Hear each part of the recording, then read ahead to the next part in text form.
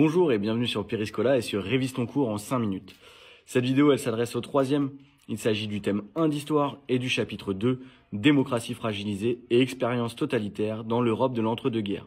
Beaucoup de mots pour dire qu'on va voir l'Allemagne nazie, l'URSS et l'exemple de la France.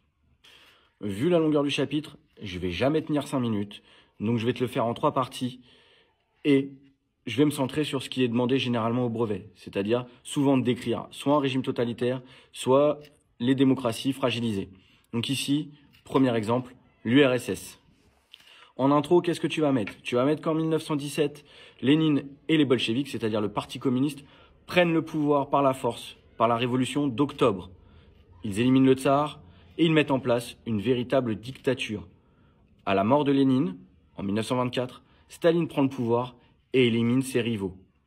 Et dès lors, il met en place un régime totalitaire. Un régime totalitaire, ça repose sur 4 éléments, 4 points, toujours les mêmes. Le premier, c'est une idéologie, c'est-à-dire une croyance politique. Pour l'URSS, c'est le communisme qui veut éliminer la propriété privée et créer une société égalitaire. Ça peut pas être mis en place pacifiquement. Il faut donc une révolution, ou en tout cas la mise en place d'une dictature par la force.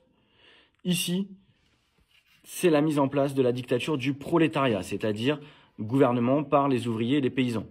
Ça, c'est dans les mots. Dans la réalité, c'est pas du tout ça. C'est le gouvernement par Staline et par les membres du Parti communiste, qui sont réunis dans ce qu'on appelle le Politburo. Pour mettre en place une dictature, qu'est-ce qu'on fait? Eh ben, on interdit les autres partis politiques. C'est ce qui est fait par Staline très rapidement. On nationalise les usines et les banques. Elles deviennent appareils d'État. Staline va aller encore plus loin que Lénine. En 1929, il met en place ce qu'on appelle la collectivisation des terres.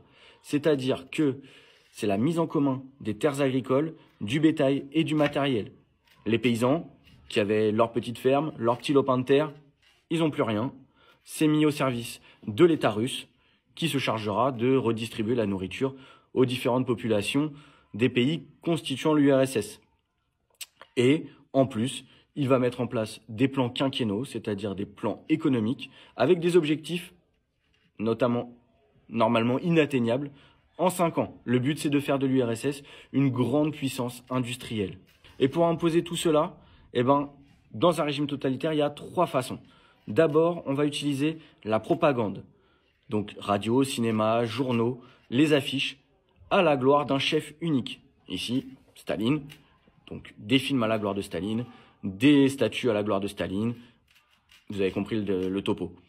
Puis on va faire des grandes manifestations avec des défilés militaires, avec des défilés de la jeunesse pour montrer la puissance du régime et du Parti communiste accessoirement. Et puis on met en place ce qu'on en appelle l'embrigadement, le lavage de cerveau si vous préférez. On va dès l'enfance réunir les jeunes dans ce qu'on appelle des organisations de jeunesse.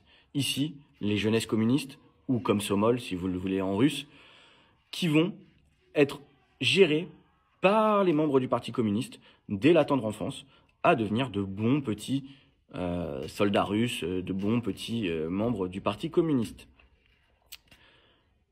Et puis, si tout ça, ça fonctionne pas, on met en place la terreur avec la condamnation des opposants politiques. Si vous êtes ennemi politique, soit condamnation à mort, soit déportation. Une police politique, qui ici est ce qu'on appelle le NKVD, est chargée d'arrêter les opposants politiques, et accessoirement aussi les koulaks, donc c'est-à-dire les paysans qui refusaient la collectivisation de leurs terres, bien entendu. Et puis tous ces gens-là, on les envoie dans ce qu'on appelle les goulags, qui sont des camps de concentration, des camps de travail, de rééducation par le travail, qui sont situés notamment dans le nord de la Russie, en Sibérie, dans lesquels vous faites du travail forcé, dans des conditions, je vous laisse imaginer. Donc si on résume, une idéologie communiste,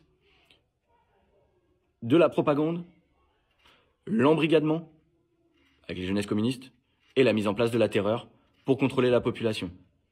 Et tout ça, ça permet à la Russie de devenir une véritable puissance industrielle qui va signer un pacte de non-agression avec Hitler pour laisser l'Allemagne nazie pouvoir conquérir la Pologne en 1939. Et il faudra attendre 1941 pour que la Russie se décide à entrer en guerre contre l'Allemagne nazie. Donc pour ce qui est de l'URSS, la vidéo est terminée. Si tu veux avoir des exemples sur l'Allemagne nazie, passe à la deuxième partie. Sinon, à bientôt.